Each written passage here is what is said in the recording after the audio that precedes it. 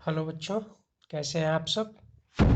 आज दिनांक है 2 अक्टूबर 2020 और कक्षा 7 के विद्यार्थियों के लिए है। आज वायुमंडल के नाम से चैप्टर है, वर्कशीट नंबर है 4। ठीक है, तो हम लोगों ने पर्यावरण के अंतर्गत पढ़ा हुआ है। तो हम लोग स्थलमंडल हो गया है, जलमंडल हो गया है, वायुमंडल के बारे में अध्ययन करते हैं। ठीक है, तो वायुमंडल में क्या कैसे होता है उसके बारे में अध्ययन करते हैं। उसके बाद फिर हम लोग इसके क्वेश्चन को सॉल्व करेंगे। ठीक है, तो सबसे पहले दिया हुआ है कि पृथ्वी के चारों ओर फैली वायु की पतली परत को वायुमंडल कहते हैं। पृथ्वी का गुरुत्वाकर्षण बल अपने चारों ओर के वायुमंडल को थामे रहता है। यह सूर्य की झुलसाने वाली गर्मी एवं हानिकारक किरणों से हमारी रक्षा करता है। इसमें कई प्रकार की गैस, धूल कण एवं जलवाष्प उपस्थित रहते हैं। ठीक है, तो हम लोग जो चारों ओर अपने देखते हैं वायुमंडल में, ठीक है, जो आकाश होता है उसमें चारों ओर पृथ्वी के एक पतली परत होती है। ठीक है, वायु की, हवा जो हम लोग सांस लेते हैं उसकी एक पतली परत होती है, उसको वायुमंडल बोलते हैं। उसमें विभिन्न गैसें उसमें मिश्रित होती हैं। ठीक है, और पृथ्वी का गुरुत्वाकर्षण बल मतलब जो पृथ्वी अपनी ओर आकर्षित करती है। जैसे कोई फल गिरता है तो वो नीचे ही गिरता है, कोई चीज़ हम ऊपर फेंकते हैं तो वो नीचे ही आती है, तो उसको खींचने वाला बल गुरुत्वाकर्षण बल कहलाता है। ठीक है, तो पृथ्वी का गुरुत्वाकर्षण बल अपने चारों ओर के वायुमंडल को थामे रहता है। यह सूर्य की झुलसाने वाली गर्मी एवं हानिकारक किरणों से हमारी रक्षा करता है।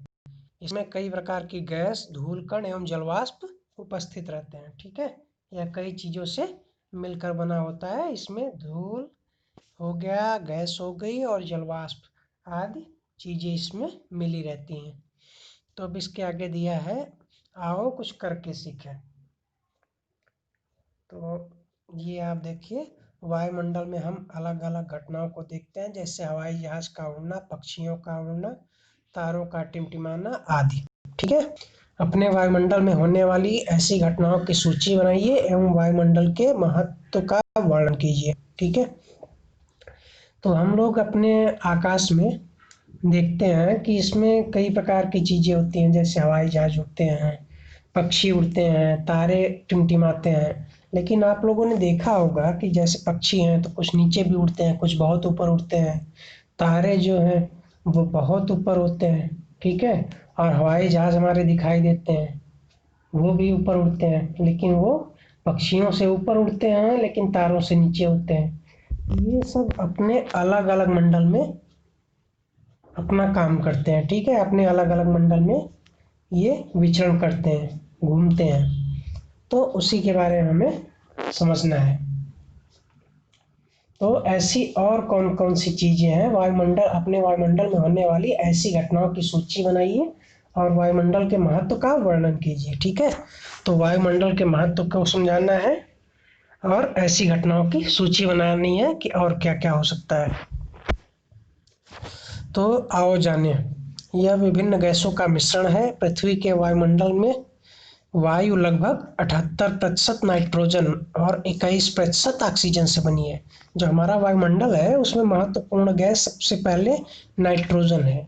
नाइट्रोजन कितने परसेंट है? 78%, 78%। ठीक है, और ऑक्सीजन कितने परसेंट है? ऑक्सीजन है 21%। ठीक है, तो 78% नाइट्रोजन और 21% ऑक्सीजन, ये फैक्ट आप लोग याद रखेंगे। ठीक है बच्चों, ये हमेशा पूछता है, आप लोग इसको जरूर याद रखिएगा कि हमारे वायुमंडल में कितने परसेंट ऑक्सीजन है। तो अब इसके आगे देखते हैं हम लोग कि वायु में बहुत सारी अन्य गैसों की भी छोटी छोटी मात्राएं होती हैं, जैसे कि कार्बन डाइऑक्साइड, नियॉन और हाइड्रोजन। ये गैसें बहुत ही कम मात्रा में हमारे वायुमंडल में पाई जाती हैं। कार्बन डाइऑक्साइड हो गया, नियॉन हो गया, हाइड्रोजन हो गया। ठीक है, तो ये गैसें भी हमारे वायुमंडल में पाई जाती हैं, लेकिन काफ़ी कम मात्रा में पाई जाती हैं। अब जीवमंडल पृथ्वी की वह परत है जहाँ जीवन मौजूद है। कोई पूछता है कि जीवमंडल क्या होता है तो आप बताएंगे जीवमंडल पृथ्वी की वह परत है जहाँ जीवन मौजूद है। जैवमंडल चारों परतों में से एक है जो पृथ्वी को स्थलमंडल अर्थात भूमि, जलमंडल अर्थात जल और वायुमंडल अर्थात हवा के साथ घेरती है। ठीक है, तो आप लोगों ने देखा होगा कि 4 मंडल होते हैं ना, तो एक हो गया स्थल मंडल, जल मंडल, वायुमंडल और जीवमंडल। तो इसमें जीवमंडल भी दिया है।